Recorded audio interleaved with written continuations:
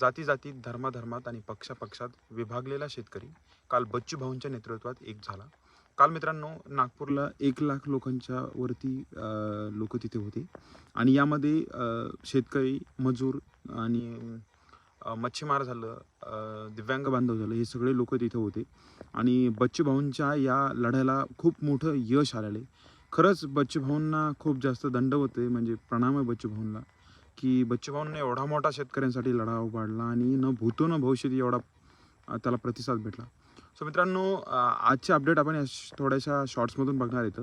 आज बच्चू भाऊ सह्याद्री अतिथीगृहावर 7 वाजता मुख्यमंत्र्यांशी त्यांची बैठक आहे आणि या बैठकीमध्ये जे कर्जमाफीचा तोडगा यावर मंथन होणार आहे आणि मुख्यमंत्री कदाचित याची तारीख देण्याची खूप दाट शक्यता आहे मित्रांनो. तर कर्जमाफी कधी होणार आहे काय?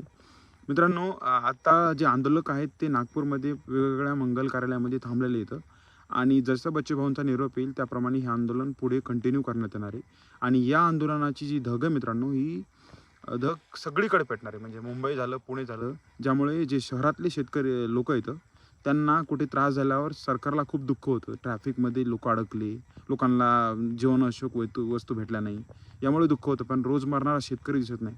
मित्रांनो, काल कोर्टाने पण तुम्ही बघा, काल कोर्टाने 6:58 बच्चूभाऊंला एक नोटीस दिली आणि 5:58 नोटीस दिली आणि 6 वाजता जे रस्ते ते सोडण्यास सांगितलं. 2 मिनिटात कोण रस्ते सोडू शकतं?